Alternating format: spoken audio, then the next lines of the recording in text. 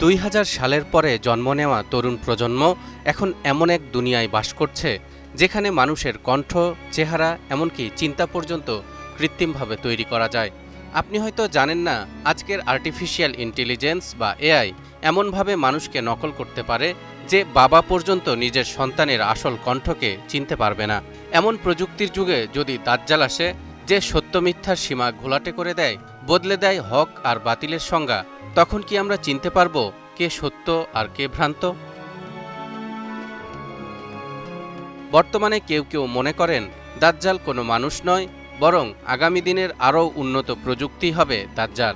কিন্তু সহিহ হাদিসের বর্ণনা অনুযায়ী দাজ্জাল হবে একজন মানুষ, অতি চতুর, অলৌকিক ক্ষমতার অধিকারী এবং আল্লাহর দেওয়া পরীক্ষার মাধ্যম।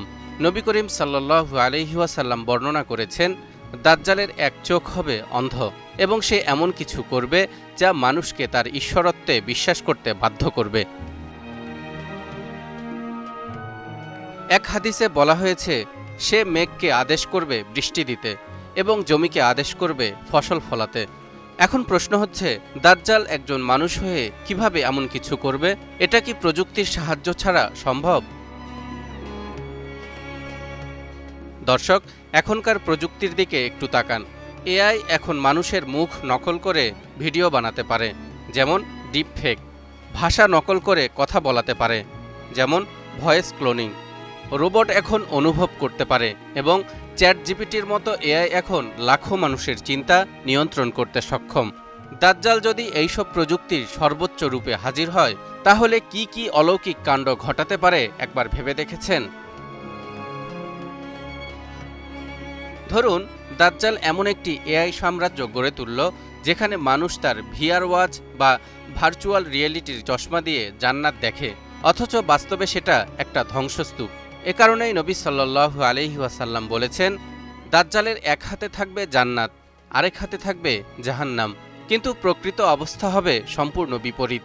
দাজ্জালের জাহান্নামের আগুন প্রকৃতপক্ষে সুমিষ্ট পানি এবং জান্নাত হবে জাহান্নামের আগুন। বিজ্ঞানীরা বলছেন, ভার্চুয়াল রিয়েলিটি বা নিউরো সিমুলেশন ব্যবহার করে এমন এক প্যারাডাইস সিমুলেশন বানানো সম্ভব যেখানে মানুষ এক ধরনের সুখ, আনন্দ ও প্রশান্তি অনুভব করবে মস্তিষ্কে সরাসরি ইলেকট্রিক সিগন্যালের মাধ্যমে। বিপরীতে কেউ যদি তার বিরোধিতা করে, তার জন্য তৈরি হতে পারে এআই ড্রাইভেন পানিশমেন্ট সিমুলেশন বা ভার্চুয়াল টর্চার, অর্থাৎ আসল জগতে কিছুই ঘটছে না, কিন্তু এআই এমন একটি ইলিউশন বা বিভ্রম তৈরি করবে যাতে লোকজন দাজ্জালের জান্নাতে থাকতে চাইবে আর তার তৈরি জাহান্নামকে ভয় পাবে। নাওয়াজ বিন সামআন থেকে বর্ণিত, নবী সাল্লাল্লাহু আলাইহি ওয়াসাল্লামকে দাজ্জালের চলার গতি সম্পর্কে জিজ্ঞাসা করা হলে তিনি বলেন, দ্রুতগামী বাতাস বৃষ্টিকে যেভাবে চালিয়ে নেয়, দাজ্জালের চলার গতিও হবে সেরকম। AI controlled hyperloop, drone pods বা অ্যাডভান্স ভিটল এয়ারক্রাফট, ভবিষ্যতের দুনিয়ায় এমন সব ট্রান্সপোর্ট সিস্টেম থাকবে যা খুব অল্প সময়েই দাজ্জালকে এক দেশ থেকে অন্য দেশে নিয়ে যাবে। অথবা এআই যদি মানুষের হুবহু 3D হলোগ্রাম তৈরির প্রযুক্তি ব্যবহার করে, যাকে বলা হয় হলোগ্রাফিক টেলিপ্রেজেন্স, তাহলে দাজ্জাল একই সময়ে অনেক জায়গায় উপস্থিত হতে পারে, যদিও তার আসল দেহ সেখানে নেই। মানুষ ভাববে সে তো অলৌকিকভাবে সব জায়গায় হাজির, অথচ এটি প্রযুক্তির মাধ্যমে ভার্চুয়াল বা অগমেন্টেড প্রেজেন্স। হাদিসে এসেছে, দাজ্জাল মানুষের কাছে গিয়ে বলবে, আমি যদি তোমার মৃত পিতামাতাকে জীবিত করে দেখাই, তাহলে কি তুমি আমাকে প্রভু হিসেবে মানবে? সে বলবে, অবশ্যই মানব। এ সুযোগে শয়তান তার পিতামাতার আকৃতি ধরে বলবে, হে সন্তান, তুমি তার অনুসরণ করো, সে তোমার প্রতিপালক।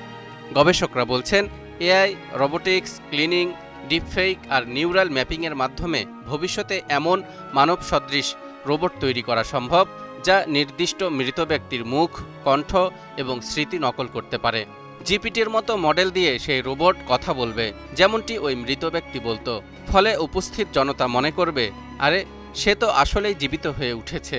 এটি মানুষের মনস্তত্ত্ব এবং প্রযুক্তির এক ভয়াবহ প্রতারণা, যা একে অলৌকিক মনে করাবে। হাদিসে আরও বর্ণিত হয়েছে, দাজ্জাল এমন ক্ষমতার অধিকারী হবে যে সে জড় ও জীবকে নিজের নির্দেশে নিয়ন্ত্রণ করতে পারবে।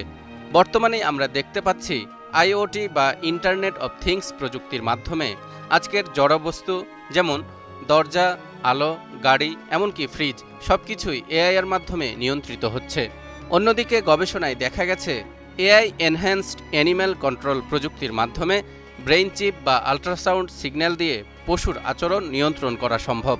কাজেই ভবিষ্যতে দাজ্জাল যদি পৃথিবীর একটি বিশাল এআই নেটওয়ার্ক নিয়ন্ত্রণ করে, তবে সে জড় ও জীব উভয়কেই নিজের কথা মতো চলতে বাধ্য করতে পারবে।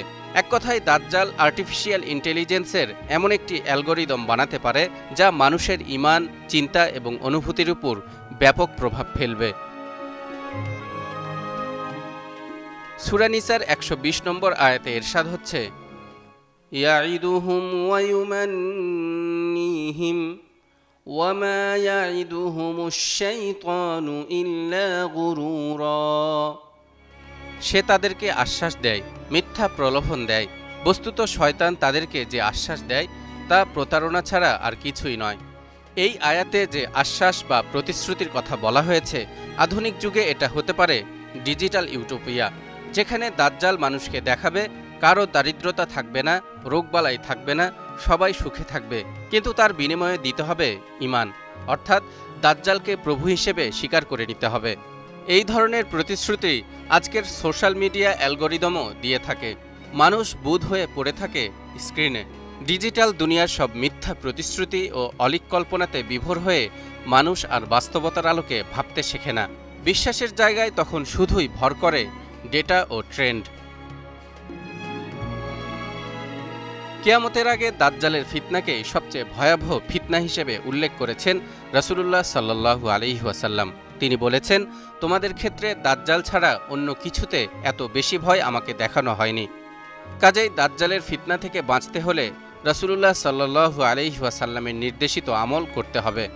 যেমন হযরত আবু দারদা রাদিয়াল্লাহু তাআলা আনহু থেকে বর্ণিত, রাসূলুল্লাহ সাল্লাল্লাহু আলাইহি ওয়াসাল্লাম ইরশাদ করেন, মান হাফিয 10 আয়াতিন মিন আউয়ালি সূরাতিল কাহফি হুসিমা মিনাদ দাজ্জাল। যে ব্যক্তি সূরা কাহফের প্রথম 10 আয়াত মুখস্থ করবে, সে দাজ্জালের ফিতনা থেকে রক্ষা পাবে। দাজ্জালের ফিতনা থেকে বাঁচতে হলে আবু হুরায়রা রাদিয়াল্লাহু তাআলা আনহু থেকে বর্ণিত একটি হাদিসে আরেকটি দোয়ার কথাও বলা হয়েছে। দোয়াটি হলো, আল্লাহুম্মা ইন্নী আউযু বিকা মিন আযাবিল কবরি ওয়া মিন আযাবিন নারি ওয়া মিন ফিতনাতিল মাহইয়া ওয়াল মামাতি ওয়া মিন ফিতনাতিল মাসীহিদ দাজ্জাল। হে আল্লাহ, আমি আপনার কাছে কবরের শাস্তি, জাহান্নামের শাস্তি, জীবন ও মৃত্যুর ফিতনা ও দাজ্জালের ফিতনা থেকে আশ্রয় চাই। প্রিয় দর্শক, প্রযুক্তি কোনো পাপ নয়, কিন্তু যখন সেটা দাজ্জালের মতো কোনো প্রতারকের হাতে পড়ে, তখন সেটা হয়ে ওঠে ঈমান ধ্বংসের অস্ত্র। আমাদের দায়িত্ব প্রযুক্তিকে চিনে তার ফাঁদে না পড়ে সত্যের পথে দৃঢ় থাকা। মহান আল্লাহ আমাদেরকে দাজ্জালের সেই ভয়ানক ফিতনা থেকে হেফাজত করুন, আমিন। তালহা ইবনে রেজা, নিউজ 24।